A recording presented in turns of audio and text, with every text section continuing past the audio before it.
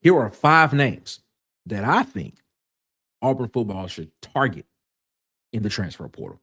Let's talk about it. Ladies and gentlemen, my name is Nick Frazier, and Happy New Year. Watching this video on the first day of the year 2026. Happy New Year to you. If you're watching a little bit afterwards, Happy New Year to you as well. If this is your first time here at Water Cooler Talk Sports, please hit the subscribe button here, man. Help us hit 1,200 subscribers before the end of January 2026. We are on our way to doing that. And if you are a returning viewer here at Water Cooler Talk Sports, thank you so much for coming back. Thank you so much for viewing. Please hit the subscribe button, like the video. Help us get that way, because that's the way we're going, man. And we appreciate y'all so much. But let's get into it, man. The transfer portal is opening tomorrow. There has been a lot of carnage in the Auburn fan base. A lot of it. Players announcing their intentions to enter the portal. But now it's time for Auburn to go into the portal and mine the portal and find the talent that can help Auburn football get back to its winning ways. And today I'm going to name 5 guys that I think that Auburn should target in the transfer portal. Some of the guys that have been reported, some of the guys that haven't, some of the guys are probably going to be new names to you. Some of the guys I probably already talked about here on this channel. But let's get into it. And I want you to stick around for all 5, because I think all of them add value to Auburn's football team, because we need it. We do. Number 1 on the list. No surprise here. No surprise here. I've spoken about him in a previous video. DB safety Carmelo O'Neal from Mercer. 6'4", 200 pounds. And the reason why I am high on this guy, not just because of his measurables. His measurables are off the chart. His measurables say he is an NFL prospect. That's what his measurables tell us. And if you can get him on the roster at Auburn, you have the potential of putting a legitimate 6'4" Cam Chancellor type safety in the league. Oh, man, it could be great.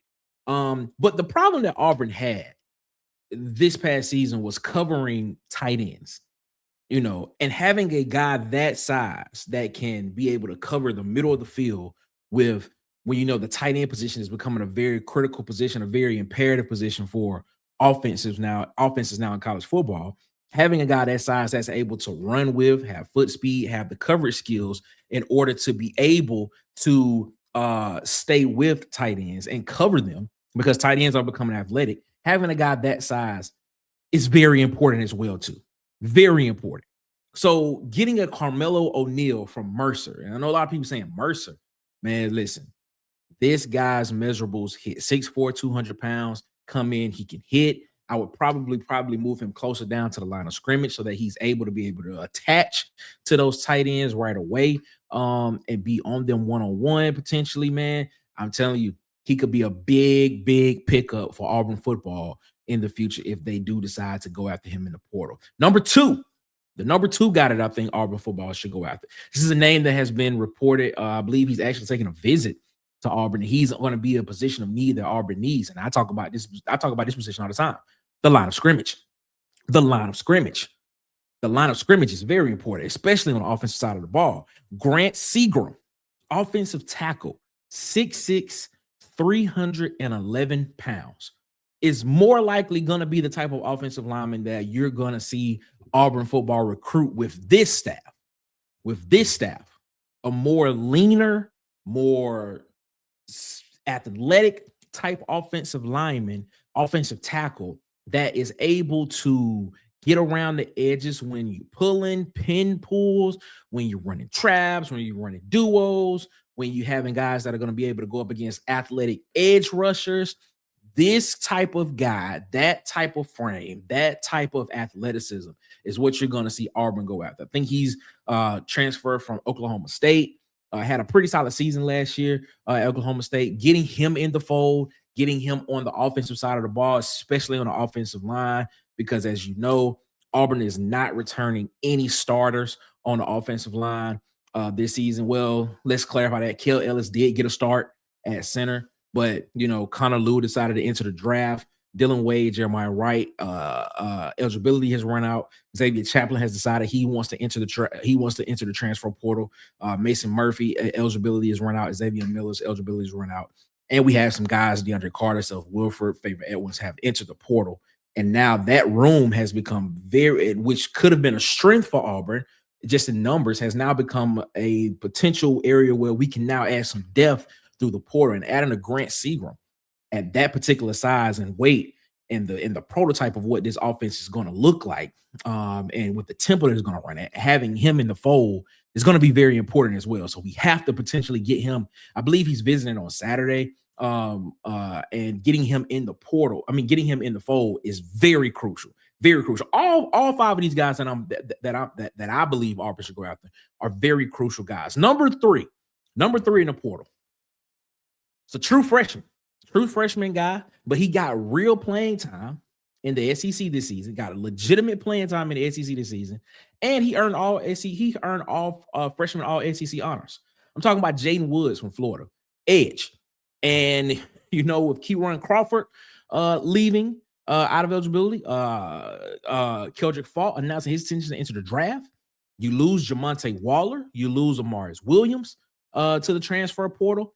This position has become a very important position that Auburn needs to go after. You do have a guy like Jared Smith, but does Jared Smith decide he wants to stay at Auburn?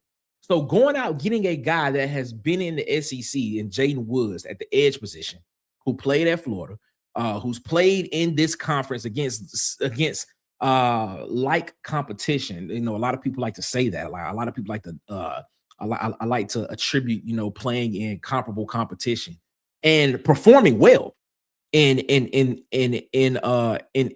starts that he's had. I'm looking at his stats now: 28 total tackles, 2.5, not total tackles, 28 tackles, not total tackles, 28 tackles, 2.5 sacks, 1 interception, 5 tackles for loss, 1 pass breakup. That's pretty solid. Like, he already has experience in the conference. He's already contributed in the conference, and he knows exactly what the grind is of the SEC. He knows it. So now you're getting him in the fold potentially, and now you're looking at him saying, you've done this. Now come to Auburn, and now you're going to be the premier pass rusher next to a Jared Smith.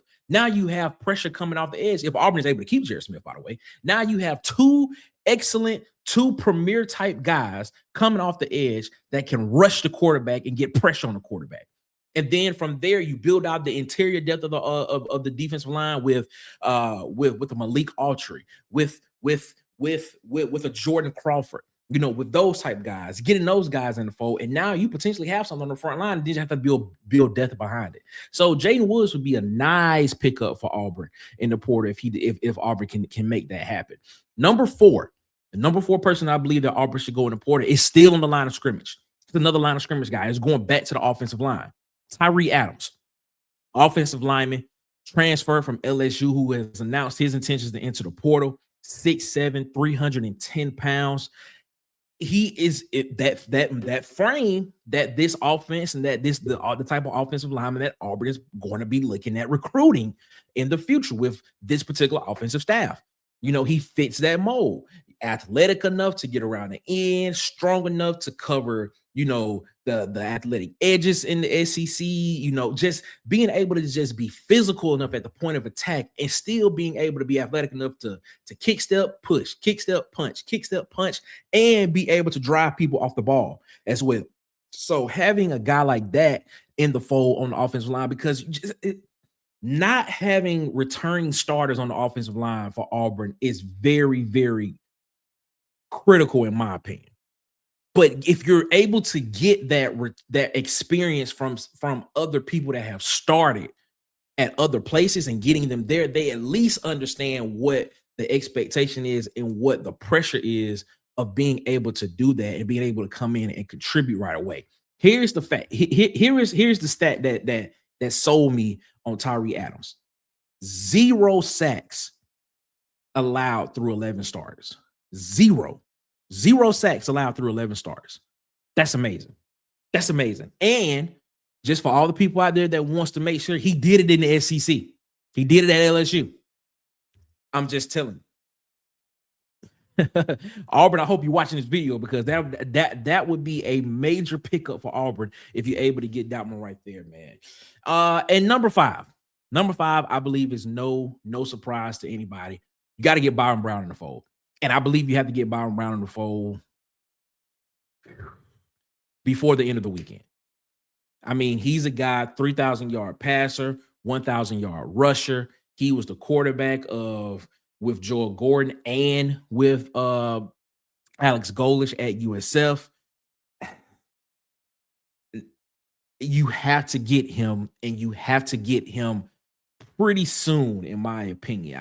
If this drags out to Monday afternoon, Tuesday of next week, you may start seeing a lot of people get anxious and nervous about why hasn't he signed or why hasn't it been announced yet. But I believe Byron Brown getting him in the fold and being able to be a person that can run the offense that this coaching staff and this offensive staff wants to do, and knowing it and being able to do that is very important. And the fact that Auburn's flipping the quarterback room again. We did a video on this. We did a whole video on this, I want to say last week, where we talked about could Auburn potentially be flipping a quarterback room, and it's happening.